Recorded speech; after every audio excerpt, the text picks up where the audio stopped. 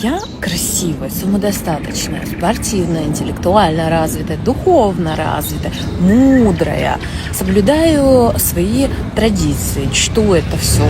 Я вот такая вот вся прекрасная, свободная, не замужем, детей нет, там, я не знаю, проблем по жизни нет, не сидела, но не было у меня никаких вот этих вот тяжестей, грузов по жизни. Вся такая легкая, женственная, прекрасная, сексуальная. Ну, в общем, перечислять могу бесконечно. Все такая проявленная, да, я не знаю, со вкусом. И вот я думаю, я такая вся распрекрасная, у меня такой огромный масштаб. И вот вы, пацаны, которые мне пишут в директ, вы вообще куда лезете? Куда? Смешнее я не могу. Не, верить, конечно, в себя нужно, но вот там тоже не... Ну, вы видели? Офигеть, у нее, конечно, раздутое самомнение, эго там и так далее. Это просто жесть. Что вся такая просто идеальная, не подкопаться, хотя вообще не идеальная, идеальных не существует. Конечно, прекрасно, что у нее такое самомнение, да, что она настолько уверенная в себе, что перед ней там любой мужчина на колени станет, все, насколько она вот такая мегаобразованная, как она там сказала, самодостаточна там, ну, в общем. Вы все это слышали. Но одним словом, это жесть. Я очень не завидую, что какой-то, если парень у нее на горизонте появится, она ж так, мне кажется, мозги будет делать. Вот этими вот всеми будет постоянно якать, говорить я. Мне кажется, она будет постоянно себя превозносить. Это как нарцисски, что ли, подобие того, мне кажется. Я точно не знаю, я не психолог там, ну, это просто так по ощущениям. А так, сегодня подборка классное видео. Всем свободным мужчинам предлагаю посмотреть, это будет интересно. Отпуска оплачивает мужчина. У меня никогда... Где так написано? Где? В каком стране такой закон? Скажи, где такой закон? Ну, в моей семье так было. Ну, твоя семья, это наша семья. Вот, я понимаю, ты платишь свой маникюр и педикюр и прическу. Ну да, Но свои это какое, расходы. да, свои, да, но это как типа 10% от наших расходов. Хотя все остальные 90%. Это честно? Честно, ты же мужчина. Когда я умру, все равно ты получишь все мои деньги. Да при чем Да. здесь? Мне сейчас-то жить хочется, как я хочу. Да, с моими деньгами. Конечно, а с чьими? Да, конечно. А твои деньги ты куда-то сохранишь?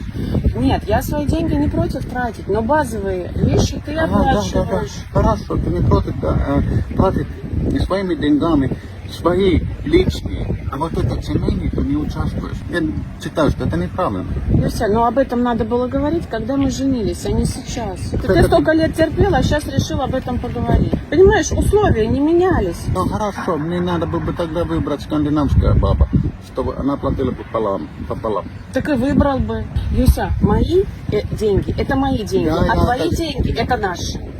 Я это 1000 раз слышу. Это всегда смешно слышать, когда женщины говорят, мои деньги это мои, а твои это наши. Такой бред, откуда они это взяли, я вообще не понимаю. Откуда это пошло вообще? Я вот точно это не помню. Напишите в комментариях, кто знает, откуда это вообще пошло. Откуда этот бред пошел, что вот мои деньги это мои, а твои это наши. Что за бред и почему мужчины до сих пор ведутся на такую фигню? Вот он же ведется, вот он уже взрослый, видно. Не 15 ему лет, который бы мог бы, да, такой ветреный весь на гормонах там, готов практически на любые условия, лишь бы, как говорится, вонзиться в какую-нибудь, да, женского пола. Ну, тут же он уже взрослый, явно состоявшийся, действительно, и ведется. Действительно, да. Такой бред. А так, да, как я не знаю, что у него за национальность. Ну, одним словом, короче, вот этот вот вопрос, это всегда бесяче, когда так девушки, женщины говорят. И опять же, там, ты там, ну ты же мужчина, говорит. Ну так тогда и мы, да, тогда можем также говорить, ну ты же женщина, ты же девушка, какие-то, да, апеллировать, когда они что-то начинают загонять. Хотя если так будешь себя вести, им это, ох, как не нравится, как, ну, обычно, как бы, да. Наткнулся на видео жены сегодня в Ютубе в шортсах. Случайно. И немножко прифигел. Напишите в комментариях вообще, кто что сделал бы в такой ситуации, я не знаю. Девчонки, для вас вообще это нормально? Я не знаю, по-моему, это вообще, по-моему, бред какой-то. Ты знаешь, кстати, что самое ужасное, самое обидное, что если я сейчас от него уйду, то я не смогу за такую дорогую машину платить. Ни за одну, ни за вторую. Мне придется ездить на каком-то говне. И я не смогу гонять, и не смогу красиво выходить из дорогой тачки. Вот это самое капец обидное. Просто вот этот кайф, он пропадет, его не будет такая. На перекресточке погонять где-нибудь. Вот, нибудь, понимаешь? Так обидно. А почему люди такие дебилы, а? Чего нельзя нормально вот жить? Мне, кстати, Ленка подарила кольцо, она меняет цвет по настроению. Сейчас, зеленое. Прикинь, оно у меня было синим и фиолетовым сегодня. Короче, Что-то какое-то как будто бы постановое, что ли, попахивает. Вот так не знаю, да, что вначале этот мужчина, потом вот эта вот женщина. Ну да, она, конечно, такое себе говорит, что от него не хочу уходить, но как же я буду без дорогих тачек, то есть нужен мужчина только пока есть вот это вот именно роскошь какая-то, да, составляющая такая большая материальная. Мы не говорим о базовых потребностях, а именно вот она же говорит, да, роскошь, что если я уйду, я не смогу пользоваться вот этими вот всеми благами кучерявыми там.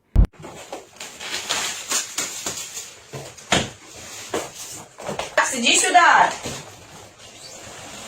Нам нужно снять. Зачем? Ты с одной стороны? Давай. Серьезно, потолок мы просто упадемся? Смотри, мы уперлись в потолок.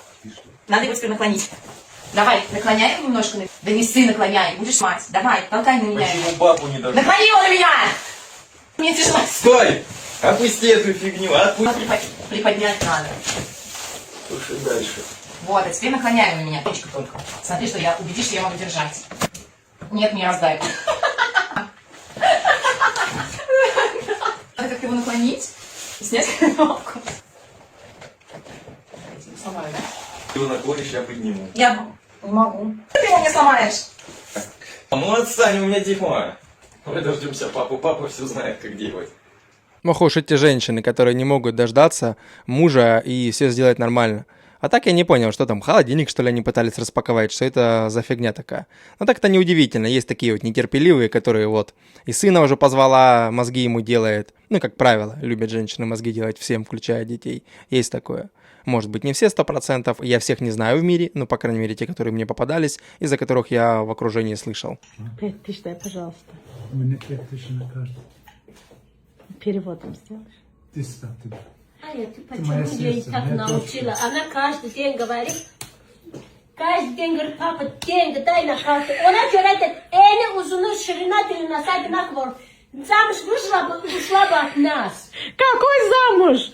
Я живу, кайфую, зачем мне замуж? Я что, дура, что ли? Замуж выйду, кайнана, перьяна, свекровь перьяна, палдас, бирья, палдас, как по-русски будет, вечно забываю. Заловка! Заловка. Зачем они мне нужны? Папа, говорю, машину заправляет, машину моет, вещи кладет, аккуратненько все складывает. Зачем меня замуж?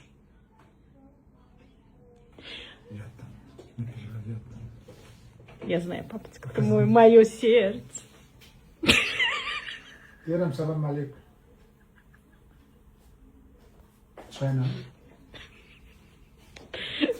Мама, ну я же не могу нигде найти, как папу, хороший мужчина. Он же очень... Объявление пиши, была бумага, Нету. приклей. Клянусь, нету. Перед машин клей найдешь. Зачем мне? Папа же деньги дает. Папочка, любимый папочка, родной. А вы же 15 показали? Ставь, как ты думаешь? Состояние там лежит. Какая радостная. Вообще, это, конечно, такая себе не очень ситуация, как мое мнение. Да, конечно, видно, что отец любит дочку, но это ненормально держать на шее дочку, когда она уже прям вот, ну, уже явно взрослая. И мама, видно, очень-таки недовольна этой ситуацией, а папа в этом ничего такого не видит. Да, понятно. Ну, то, что она говорит, это полный бред, что вот где же я найду такого же, как папа? Нигде. Да, вот в этом плане это стопудово. Такого, как папа, никогда она мужчину не найдет. Потому что ни один мужчина не будет себя вести, как папа. Потому что папа любит просто потому, что она есть. Просто потому, что дочь есть на свете. Также там и сыновей любят. Просто потому, что он есть. Не из-за того, что обмениваются какими-то услугами, да, люди. я имею в виду какими-то обязанностями обмениваются, да, как обычно в семейной жизни. Люди обмениваются определенными обязанностями. Мужчина одни обязанности мужские делает, женщина женские делает. Вот так и живут. А здесь он ее просто безусловной любовью любит, дает ей деньги, уже такой, видимо, взрослый. Ну, естественно, куда она пойдет? Это бывает такое же, когда и какой-нибудь мальчик сидит еще, да, там, подросток, либо уже там ему 18 стукнуло, чуть позже, и бывает уже ему и 20, и 20 копейками, а родители ему до сих пор дают денег и прям нормально дают. Не просто ему как-то так, пока он там на учебе, да, я понимаю, там, пока он учится, пока он у него из-за того, что он учится, он пока не работает, пока не зарабатывает. Но мы говорим, когда он уже все отучился, все дела, да и то. Большинство, кто этот, уже начинают как-то пытаться зарабатывать, потому что они понимают, что надо уже суетиться, это жизнь, и всю жизнь родители не будут давать. Суть в том, что мне нравится собирать лего. Вот я собрала львенка, цветочки, машинки. И муж решил мне подарить вот эту хуйню, Porsche 911. Чтоб, видимо, я голову не ему неделю ебала, а ебала с этим паршом. Потому что здесь нет ни одного пронумерованного пакетика. И приходится все вот эти 1000 деталей сформировать по вот таким zip-пакетикам. Куда их тут сувать, куда высовывать, вообще непонятно. Что с этим всем делать? Давайте сделаем так. Одна деталь, один подписчик. И мы вместе с вами соберем этот Porsche. Ага, действительно, непонятно, куда засовывать, высовывать, пересовывать и так далее. Да, конечно, как похоже на какую-то быдлятину с матами. Не знаю, для меня почему-то вот такие девушки и женщины, наверное, потому что я особо не использую мат. Наверное. Ну, это не прям не говорит, что прям это ужасный человек, потому что сейчас кругом все это делают. Ну, просто как-то вот режет немножко слух, что ли. А так, тут просто очередная ситуация, что не ценится подарок. То есть там, я не знаю, опять же, все нюансы, я не знаю.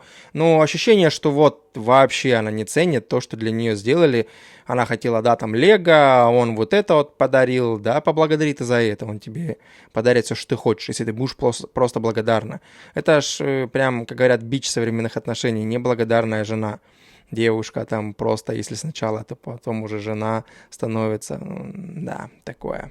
Слушайте, такая вот ситуация сейчас неприятная. Вот мы покупали машину, ну, мне муж купил, и машина была хорошая, то есть в нормальном состоянии, как нам сказал как бы продавец.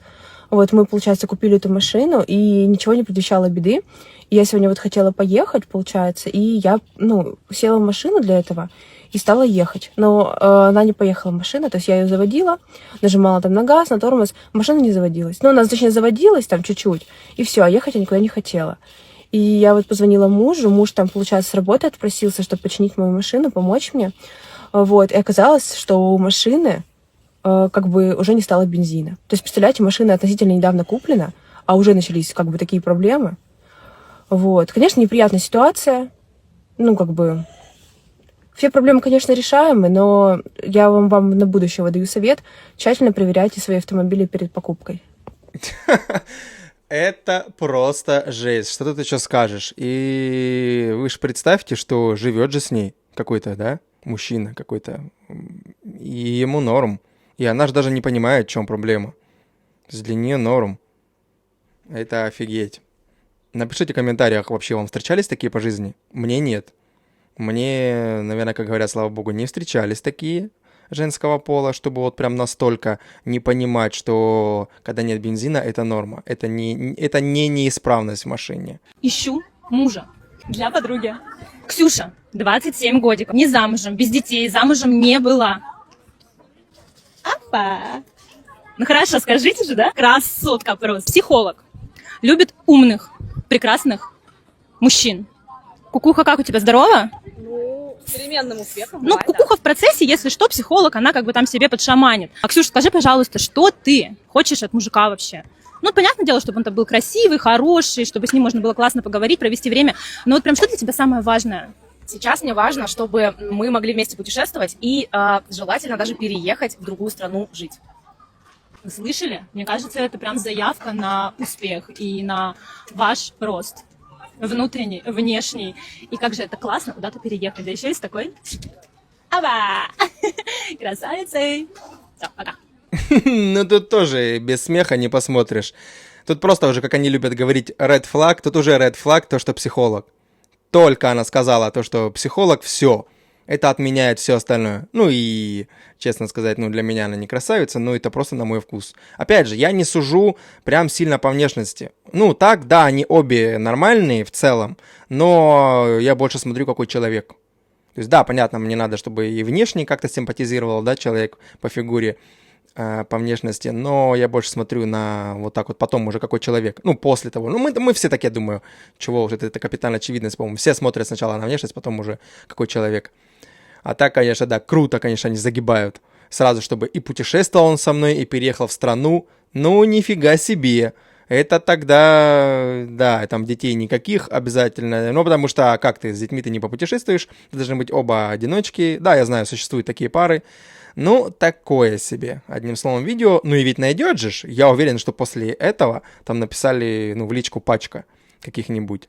Возможно, даже таких, которые и не будут путешествовать, но попытаться склеить попытаются. Капец, я так испугалась, когда вот эта стрелочка начала подниматься, потому что муж сказал, следи, чтобы больше 80 не поднималась. Я у подписчиков сразу спросила, они сказали, без паники. Паниковать можно тогда, когда она дойдет вот до этой канистры, или как она там, ну вот до этой фляги, ну с бензином, сами знаете. Это значит, что бензин уже заканчивается на нуле. А то я по трассе еду, и как бы неприятненько будет, если без бензина тут останусь на полдороги. Ну, пока все нормально. Спасибо вам большое, что вы у меня есть. Ой, многие пишут: Розита, расскажите, какая была реакция у мужа, что машина закипела до 100, там сколько, 120 или сколько там градусов? Девочки, я вас умоляю, ну у меня адекватный взрослый муж. Ну какая может быть реакция? Сказал: Зая, ничего страшного, это железо. Ну не досмотрела, не углядела. Я не могу же за всеми стрелочками сразу смотреть. Зато вот сколько свободного времени появилось. Спортом начала заниматься. Оказывается, так классно. Вот, на велике, на работу, с работы. Муж говорит, что воздух свежий. Все-таки заботится обо мне. А вы там, не знаю, такие комментарии ужасные были, что он там что-то сделает, выгонит, прибьет. Ничего такого. Да, блин, правда, что как скажет, говорит, ну а что здесь такого, да? Машина закипела, перегрелась. Ну, в целом, просто какая-то мелочь. Просто вот. Да, конечно, косяк, что она вообще вот нифига не понимает в стрелочках. Просто базовые вещи, да, на которые надо смотреть. Я, говорит, не могу за всеми стрелочками смотреть, как будто бы их там миллиард. Блин. Ну, муж на самом деле действительно молодец. Не запинал ее, велик ей дал. Он как бы, да, она это восприняла как заботу, а он просто, да, аккуратненько, без скандала, просто машину взял от нее, убрал. Он понял, что ей нельзя доверять машину больше вообще. Скорее всего, никогда, иначе там будет постоянный ремонт движка, скорее всего, да, будет перегревать. И выдал ей велик. И объяснил это тем по-доброму, что да, погода хорошая, воздух свежий, от работы до работы, и фигура будет хороша, потому что педали крутишь, да, калории будешь сжигать, и вообще топчик, воздухом дышишь. Вообще молодец, тип, как бы, да, я согласен, вот мужчина этот молодец. Адекватно себя действительно повел, хоть он и провернул такую, да, схемку, чтобы она пересела на велосипед. Ну и она не обиделась, и он сделал как надо. Прикольно. Ты хотел ребенка так же. Ну это нормально. Это во-первых. Ну да. Во-вторых, потому что у тебя были деньги. Зачем мне с бедным человеком, которому 40 лет, который меня старше на 20 лет, строить семью, если у него нет денег? Я также могу найти своего ровесника, также без денег, понимаешь, какой смысл? А теперь человек, хорошо, если ты хочешь, да, вот это все. Мы пришли в магазин, за 300 лир я взяла себе маску для волос и за 280 карандаш для губ. 500 лир, это где-то 900 там, или 850 рублей. И ты сделал такое лицо, типа, что за такие деньги вот это ты взяла? Я говорю, мне еще скраб нужен, что мне даже про это не нужно думать, наверное, да? Еще я попросила набор, типа, говорю, ну, может быть, вместо этого лучше возьмем шампунь и сразу маску, типа, она 500 лир стоит. Там она, типа, ну, брендовая, это просто по скидке. Я вообще не поняла, типа, почему такая реакция на обычные, типа, ну, это база, типа, купить шампунь для волос и маску для волос. Это, ну, ничего в этом такого страшного нет. Это... А я не хочу покупать. Имею право не покупать. Не хочу и все. Ну как? Я же мама твоего ребенка. Мама моего ребенка, которая за моей спиной сегодня переписывается с людьми и не показывает, я не знаю с кем. Я считаю, что у тебя тайные переписки любовные. Я так считаю. Ты подошел. Я подошел, ты начала прятать телефон. Я не хочу покупать, когда меня вытирают ноги. Ну, Это мое право. Я считаю, что я не вытирала ноги. Ну вот раньше ты не вытирала, раньше ты меня уважала и любила, я это чувствовал. А сейчас я чувствую, этого нет. Последние 2-3 дня, когда ты сегодня меня ударила, когда я пошел с коляской, ты меня оскорбила. И мне нет желания ни гулять с тобой, ни покупать тебе ничего. Нет желания вообще. Ну да, это жизнь, которой я боюсь реально. Чтобы мужчина, которому я родила ребенка, предъявлял мне за шампунь для волос. Это же реально пиздец. Это не то, что там что-то, понимаешь, какое-то желание какое-то, да, там машина какая-то, я не знаю, еще что-то, какие-то вещи там дорогостоящие. Ты неадекватно себя ведешь. У тебя хотелки начинают включаться очень резко, быстро. И причем ты это делаешь вот так, типа, не как раньше. Ты меня могла спросить, попросить там, или типа, вообще, удобно ли мне сейчас купить. А ты как будто я, знаешь, обязан тебе купить все, на что ты пальцем покажешь. То есть ты стала очень наглой, требовательной и так далее. То есть, и потом обиду включать, а моим подружкам все мужчины покупают, а ты типа жадный. Ну, вообще, тут, по моему мнению, она просто такой всегда и была. Всегда такой и была. Это просто демка спала, да, деморежим прошел. Ну, затянутый такой деморежим, потому что она уже родила ребенка. Ну, хотя ребенка родить можно, блин, и после, там, ну, год, да, понятно, ты там начнешь жить, заделаете ребенка, через год появился ребенок, все. Человек якобы, как говорят, поменялся. Ну, такой человек и был. Люди ж не меняются. Люди такие, какие они есть. Просто чем быстрее это другие люди поймут, что мы сами не меняемся, да, и другие не меняются. Потому что, да, мы в начале отношений играем не просто лучшую, чаще всего, версию себя, а вымышленную лучшую версию себя. И это очень плохо. Вот если, скорее всего, и она. Как она и говорит, вот она ж признается. Я с тобой и начала тусить, буквально, а не со своим ровесником, потому что у тебя просто есть бабки, и все. Да, это вроде бы какая-то своя логика есть, но в том плане я имею в виду, что он не похож там на миллионера, если они приехали в Турцию, про лиры они вроде говорят. Ну, это не надо быть миллионером, чтобы в Турцию сгонять, там, в принципе, вообще немного надо денег. Как бы любой там на наемной работе может подкопить, сгонять в Турцию, там реально не миллионы нужны. Но суть-то не в этом, а в том, что, да, она просто показывает себя, какой она есть на самом деле, уже там, да, то про подружек говорит, что вот мы... Точнее, вот подружкам покупают, а ты мне не покупаешь. А так, да, он, ну, я с ним согласен, если он заподозрил переписку любовную с другими мужчинами, да, поэтому он и начал себя вести так. Ну, то есть такая вот, понятно, незаконченная ситуация, она пытается давить ему на эмоции, этим самым манипулировать, манипулирует еще теперь и ребенком, и будет это делать, если они разведутся, будет давить с помощью ребенка, они это любят делать. Я думаю, все, у кого мужчины есть дети, у меня нет, я этого не знаю, но я со стороны вижу, и я понимаю, да, как они могут, и как они сразу начинают, особенно при разводе, манипулировать. Я хочу встретить мужчину для отношений и семьи. И таких роликов, как у меня, просто сотни. И не только у девушек, но и у мужчин. Самое интересное, что нас, таких одиноких, которые хотят реально отношений и семьи, просто сотни. Но почему мы не можем встретиться и создать семью и те самые отношения? То есть многие говорят, что хотят найти человека по духу. Вот как раз-таки человека по духу можно найти, в этом нет проблем. Проблема именно создать отношения, когда вы создаете их. Создание самих отношений вызывает эту трудность. Потому что здесь надо быть услышанным, услышать другого человека, где-то подстроиться, где-то поговорить, идти в уязвимость, в близость душевную, что-то делать в отношениях, уделять внимание, радовать, баловать, умение получать внимание, подарки, также их дарить, заботу давать и умение получать заботу. Отношения нужно строить, создавать. И в этом заключается большая сложность. Потому что сейчас люди не просто делают и создают отношения, чтобы они были, а здесь включается не только физическая и материальная, а еще ментальная, энергетическая связь. И все это создает сложность. Сложность для многих людей. Я, честно говоря, устала быть одна. Я уже больше 2 лет одна, и мне хочется реально отношений. Я искренне хочу отношений. Но я не буду создавать отношения, чтобы были отношения. Такая вот проблемка. В общем, одним словом, проблемка на проблемке. Так, вроде бы логично объясняет, да, там, ну, отношения это реально, это создаешь ты их. И, естественно, это не просто встретиться, запрыгнуть в постель, потыкаться, а после того, как потыкался, что-то из этого сделать, да, слепить какие-то отношения. Да, конечно, это отношения, это всегда было и будет очень сложная штука.